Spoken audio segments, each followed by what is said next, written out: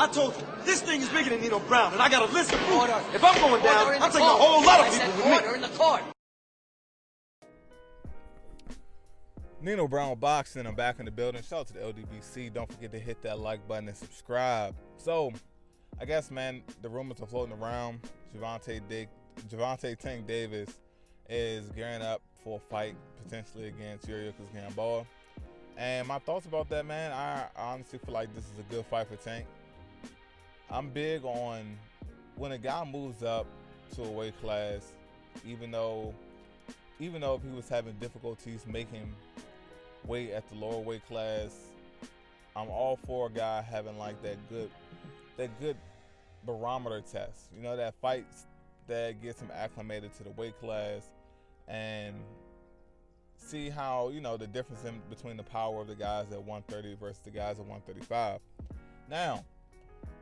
Now, with that being said, I feel like Yuriorkis Gamboa, he definitely has a name associated with him. You know, win, lose, or draw, he's been in there in some exciting fights, some tough fights against some of the best fighters in the world, and at the same time, he's been entertaining while he does it. Gamboa is a very skilled fighter, and even though we understand that his best days are past him, I take into consideration that Gervonta Davis is moving up a weight class, and he's putting himself, hopefully he's putting himself in a position to get a fight with Lomachenko. My understanding is Tank is Lomachenko's mandatory, and with that being said, it's definitely a good fight to happen. The fight's supposed to take place in Atlanta. I feel like that's a great location for the fight. It seems like that's where the new trend for boxing, the new destination for a lot of these fights are going to start taking place.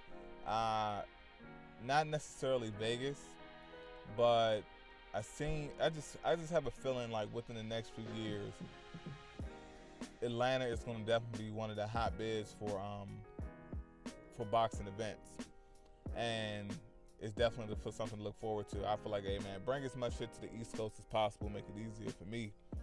But when it comes to the fight, yes, I expect Tank to win. Yes, I expect Tank to stop Gamboa, but extremely late. You know, I've heard some people say 8th round, 9th round, and I feel like Tank could get a stoppage around the 11th for the 12th round.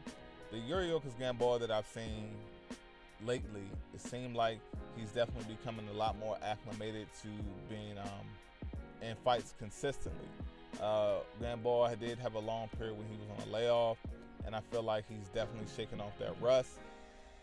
Taking his experience into consideration, taking his style into consideration, and taking his overall heart into consideration, Gamboa is the type of guy that he will go out on his shield.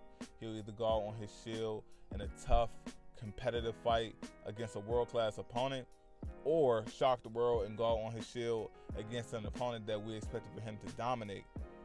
Nevertheless, Gamboa is definitely the type of fighter that I want to see Gervonta Tank Davis against in his first fight at 135. To my understanding, and what I read earlier, the fight is supposed to be for the WBA regular title.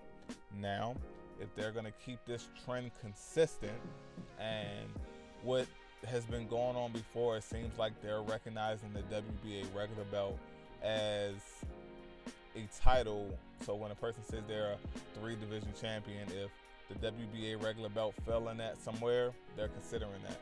Me personally, I mean, I don't give a damn. If that's what they want to consider, they can consider it is what it is. But with that being said, overall, it's a great fight for Tank. It definitely starts to put that whole 135-pound division into perspective. We still have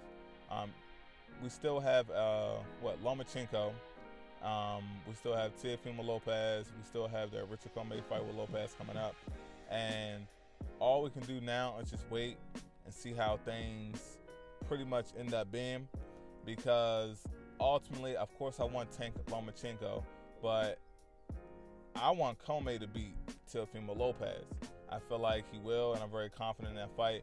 And if Tank doesn't get the Lomachenko fight right away, I feel like a fight with Richard Comey, if he beats Teofimo Lopez, is definitely a good fight. And I'm saying that from a promotional perspective as well, because we already know. I don't know Richard Comey is with. I don't know his promotional banner. I don't know who he's under. But I do know that he fought Robert Easter. And with that fight with Robert Easter tells me whoever he's aligned with, he's doing business with the PBC. And that's all I need to know. I feel like if Teofimo Lopez gets the victory, it puts Tank in a position where he possibly couldn't get the fight. ESPN and Bob Arum, we all know how they are. So with that being said, hey, I'm rooting for Comey. And we'll see how things play out, guys. It's Nino Brown Boxing. Shout out to the LDBC, and I'm out.